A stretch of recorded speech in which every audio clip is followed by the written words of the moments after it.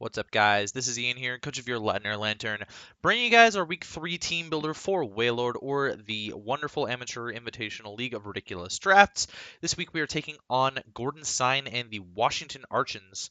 Um, You'll notice that his record only has his Week 1 record. I'm recording this before he's played his Week 2 match because we played Zach so early. Technically, we actually played Zach during Week 1, so I've been itching to build and battle for this league again, and I decided that I was going to build. So this is bar any free agent changes. If he does make some, then you won't be seeing this video because I'll have made a different one with a different team. Um, yeah, that's pretty much the gist of this.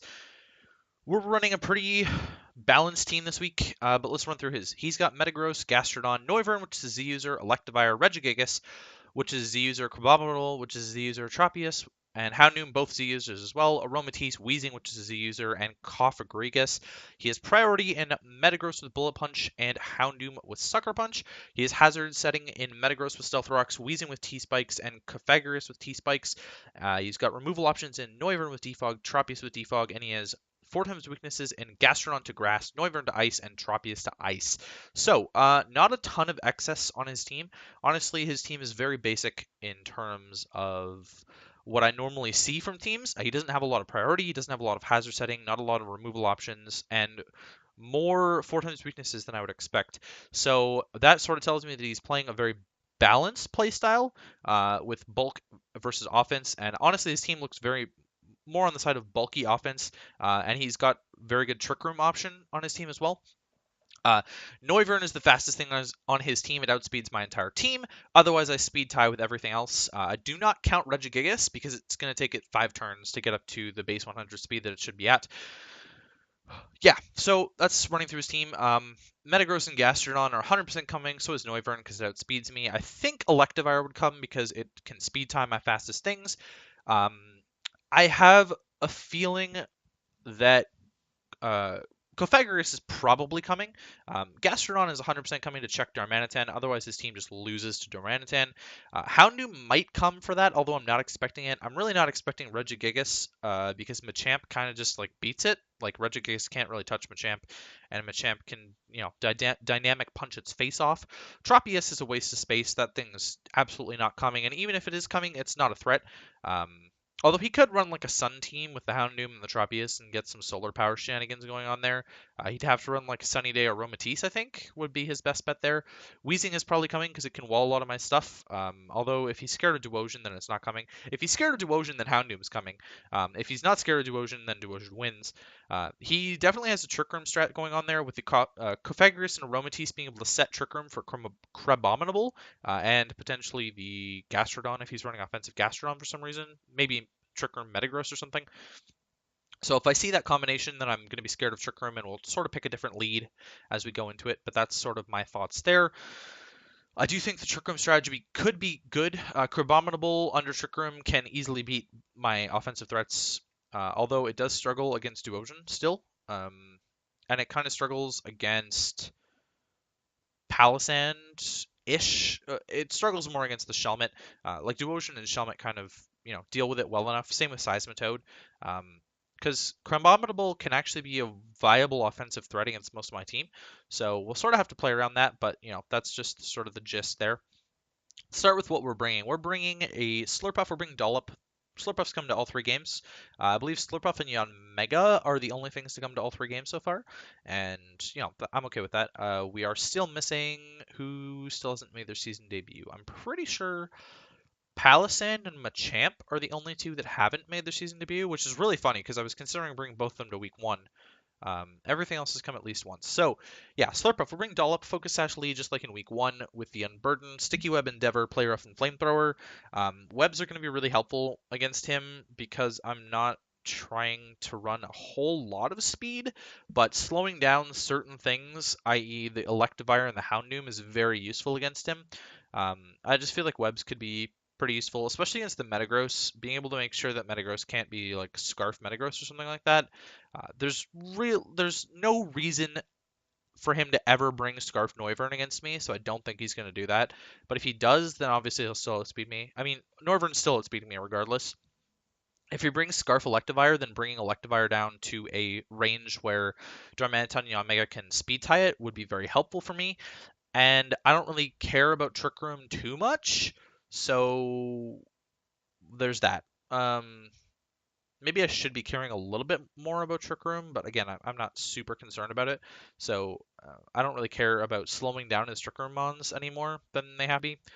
Webbs kind of seems weird against him because he's got sort of a slowish team like mine, except he's got Noivern to sort of just outspeed it most of the metagame.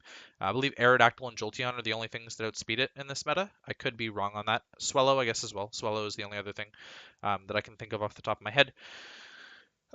Anyways, yeah, Play Rough is there for the Noivern. If he wants to lead with Noivern, then I can just get a big hit off on the Noivern. I really don't think that he would stay in with Noivern. He would U-turn or something, which basically means that I get free webs or a free Endeavor.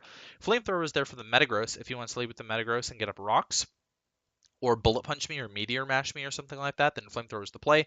Especially if he's Meteor Mash, because then he can put me down in my sash. I got the Unburden, and if he doesn't have Bullet Punch, or if he's locked in a Meteor Mash or something, then I can possibly kill the Metagross and then get up webs, because again, he really has very poor priority options, so getting Metagross out of the way early is the way to play this game. Running a lot of speed, 240 hasty lets us outrun Metagross right off the bat. It's pretty much the best I could do. After Unburden, we're outspeeding everything. I don't know if we would outspeed Scarf Noivern, but it's doubled, so whatever that is, 522, 522 I think is what we'd hit. And Scarf Noivern, let me just do some very quick math here. Scarf Noivern could potentially hit 568, but there's no way that he's running Timid against my team, so he could hit 520 or 518. So yeah, we're gonna outspeed a Scarf Modest Noivern, which is cool.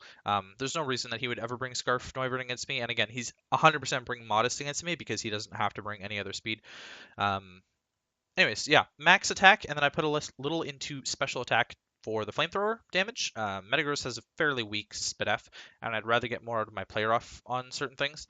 Shoutouts to Ben for telling me to run 0 IVs in every defense and HP, because it'll be easier for him to put me down on my sash this way. Which is kind of cool. I kind of like that idea. Next up, we're bringing Ben TJ, the Porygon 2 for the second week in a row. Or second week in a row? Wait, did I bring it week 1 or week 2? I brought it week 1. My bad. Sorry. It's coming back from week 1. We're bringing Trace this time, which is mainly there for the Gastrodon. Excuse me, but it could also be useful for Noivern and Frisk. I could trace his Frisk and then find out what item he has potentially. Tracing Mummy is kind of useless, but I could also trace an immunity on Electivire. He's got 2 immunity abilities that I kind of want to trace, and I could potentially trace Levitate on Weezing or something like that. So that's kind of cool. I don't want to trace Slow Start. That's the only bad thing about this, but I think the good outweighs the bad in this scenario. Download could be useful, but again, I don't really care that much. So Trace is there for Storm Drain and Motor Drive specifically. We're running fully Spidef with Recover, Toxic, Ice Beam, Foul Play. Foul Play hits his physical attackers very hard. Specifically Crabominable, Metagross, and Electivire, potentially Regigigas as well. Ice Beam is there for the special threats. This is mainly here to wall the Noivern almost indefinitely, which in my opinion is his biggest special threat. He doesn't have a ton of offensive threats. In my mind, he's got Houndoom, maybe, potentially like Nasty Plot or Combine Cofagrigus, which could actually be a problem, but I'm running Toxic on a lot of stuff. Electivire, and the Metagross. Unless I said Metagross and not Noivern, I can't remember. Crabominable is only an offensive threat under Trick Room, otherwise it's too slow, and I just bop it with a bunch of other attacks. Foul Play can two-shot it, by the way, even though it's a resisted hit because of how high its base attack is. Yeah, so we're split, but Ice Beam is there for the Noivern. Ice Beam's can hit a lot of stuff. We can switch into the Gastrodon, absorb the Scald or whatever he wants to go for. I mean, I've got 2 water immunities because you'll see the Seismitoad in a sec. And then Toxic can wear down the Gastrodon. Toxic wears down a lot of his team. Again, he's only got the 1 Steel type. He could potentially bring Heal Bell or Aromatherapy on the Aromatisse if he's bringing Aromatisse. I don't have a Steel type, so Aromatisse does look good against my team. However, Yanmega 2-shots it, and we'll get to that in a sec.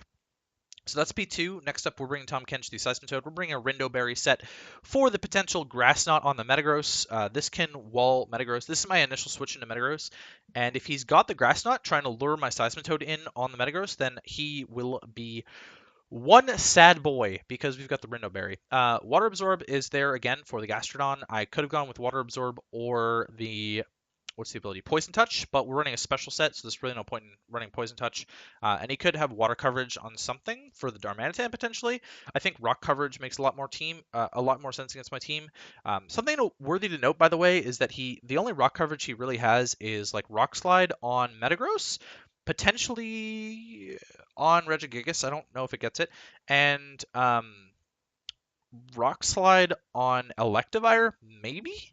And Crabominable. So he doesn't actually have a lot of rock coverage, and he's only got the one Stealth Rock setter to deal with Yanmega, which I think is kind of an opening for Yanmega to kind of just win. So we'll sort of see how that goes, or at least break for something else to win. Yeah, we're running this Seismitoad set. Sorry, Earth Power is there for the Metagross. Again, that's what we're trying to hit. It also hits the Electivire. He could run like HP Grass on the Electivire, otherwise we hardwall the Electivire as well, especially if he's physical. Substitute is there for the Gastrodon.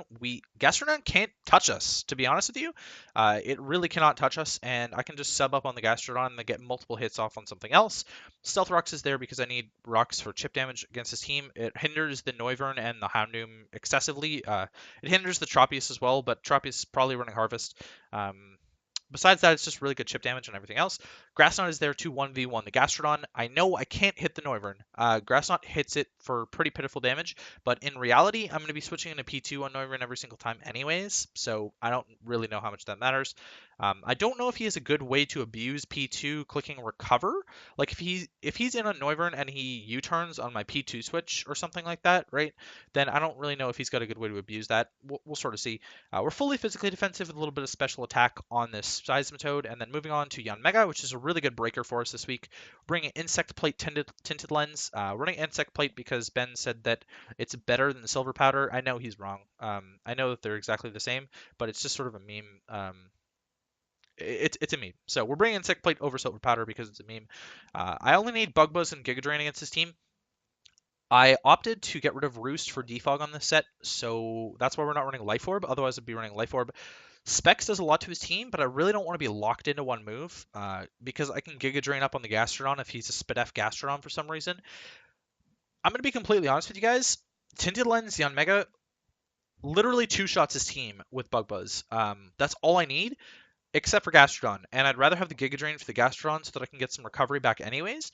Defog is there in case he does happen to get Rocks up, or he happens to get T-Spikes up, then I can defog those away, because obviously I didn't draft a Grounded Poison, so T-Spikes are always going to be a threat against my team. U-Turn is there for good momentum. See what his initial switch into Yanmega is, although in reality, if it's something slower than Yanmega, I can Bug Buzz it twice and kill it. Noivern dies to 2 Bug Buzzes.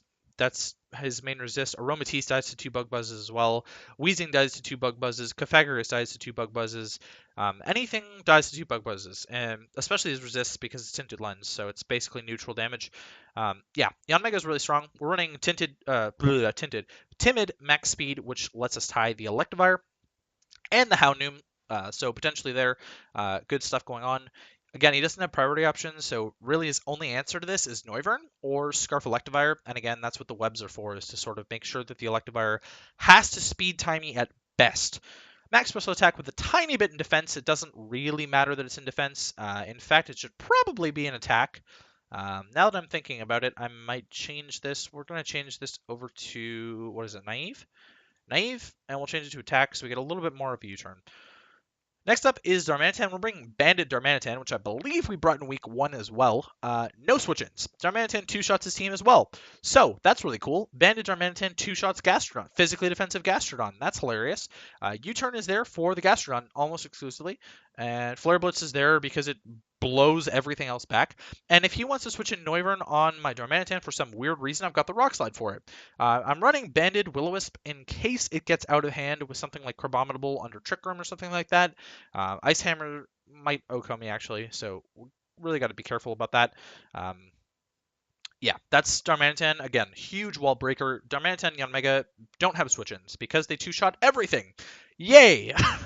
I thought about running Scarf Darmanitan this time, but I decided with the webs that I wanted to run Bandit again because, again, it two-shots his entire team. You don't have a switch-in to Bandit Darmanitan. No one in the league has a switch-in to Bandit Darmanitan or Specs Yanmega. It's crazy. Yeah.